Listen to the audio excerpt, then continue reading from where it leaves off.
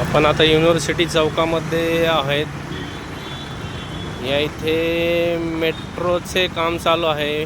Bridge बरेच दिवस झाले पाडलेला आहे. 3 ते 4 वर्ष आले इथला ब्रिज पाडून ठेवला आहे आणि इथलं सगळं नियोजन ढासळलं आहे. इथून हा चौक क्रॉस करायला कमीत कमी अर्धा तास तरी लागतो.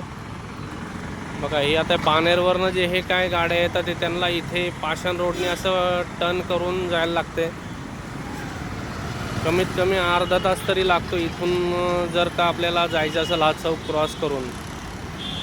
त्यांनी काय केलं आहे की इकडून येणारी वाहतूक युनिव्हर्सिटीच्या आतमधनं वळवली आहे.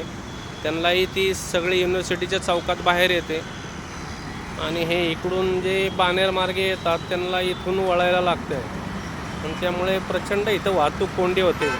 कधी सुटणार आहे ही वाहतूक कोंडी? 3 ते 4 वर्ष झाले हे पुणेकर सहन करत आहे.